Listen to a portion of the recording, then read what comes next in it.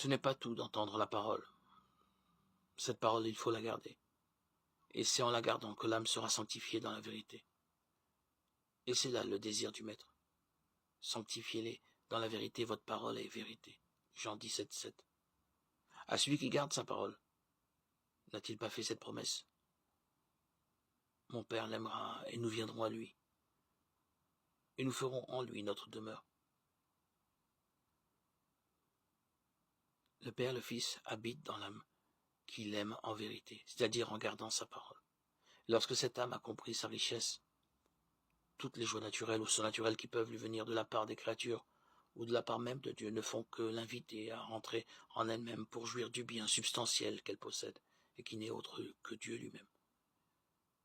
Elle a ainsi dit une certaine ressemblance avec l'être divin.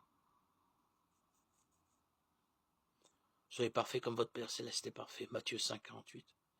Saint Paul me dit qu'il opère toutes choses selon le conseil de sa volonté. Éphésiens 1, 11. Et mon Maître me demande encore de lui rendre hommage en cela. Faire toutes choses d'après le conseil de sa volonté. Ne jamais me laisser gouverner par les impressions, par les premiers mouvements de la nature, mais me posséder moi-même par la volonté. Et pour que cette volonté soit libre, il faut, selon l'expression,